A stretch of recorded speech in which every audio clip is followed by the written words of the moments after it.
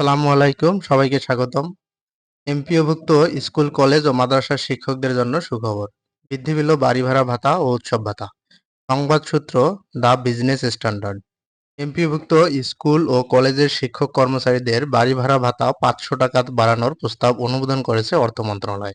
ফলে এখন থেকে এই শিক্ষকরা প্রতি মাসে 1,500 টাকা করে বাড়ি ভাড়া ভাতা পাবেন। বর্তমানে এমপিওভুক্ত শিক্ষকরা প্রতি মাসে 1,000 টাকা হারে বাড়ি ভাড়া ভাতা পান।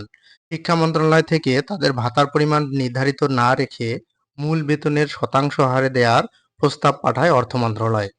তাতে সর্বনিম্ন বাড়ি ভাড়া ভাতা 2,000 টাকা নির্ধারণ করে মূল বেতনের 5% থেকে সর্বোচ্চ 20% ভাতা দেওয়ার প্রস্তাব করা হয়।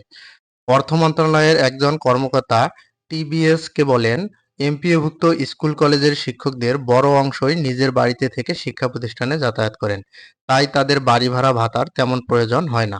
তবু শিক্ষা মন্ত্রণালয়ের প্রস্তাব বিবেচনায় নিয়ে মূল বেতনের শতাংশ হারে বাড়ি ভাড়া ভাতা না দিয়ে প্রত্যেকের ভাতার পরিমাণ 500 টাকা বাড়ানোর সারসংক্ষেপ অনুমোদন করেছেন অর্থ উপদেষ্টা ডক্টর সালেউদ্দিন আহমেদ। সারা দেশে স্কুল, কলেজে এমপিওভুক্ত শিক্ষক কর্মচারীর সংখ্যা 3,98,068 জন। বর্তমানে 1,000 টাকা হারে বাড়ি ভাড়া ভাতা দিতে প্রতি বছর সরকারের ব্যয় হয় প্রায় 470 কোটি টাকা।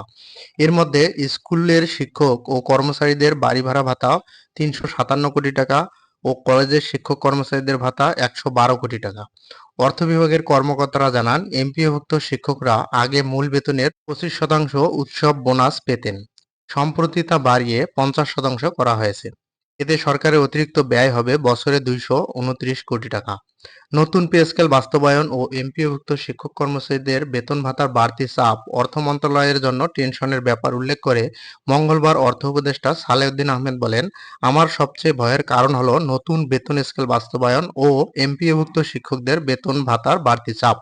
তিনি আরও বলেন, মার্চ-এপ্রিল থেকে বেতন স্কেল কার্যকর করা হলেও জুন পর্যন্ত বাড়তি বেতনের টাকা চলতি বাজেটেই সংস্থান করতে হবে। এছাড়া সরকার বিপুল পরিমাণ শিক্ষা প্রতিষ্ঠান এমপিওভুক্ত করেছে, যাদের শিক্ষকদের বেতন ভাতা পরিশোধেও অর্থ প্রয়োজন হচ্ছে। ধন্যবাদ সবাইকে। আসসালামু আলাইকুম।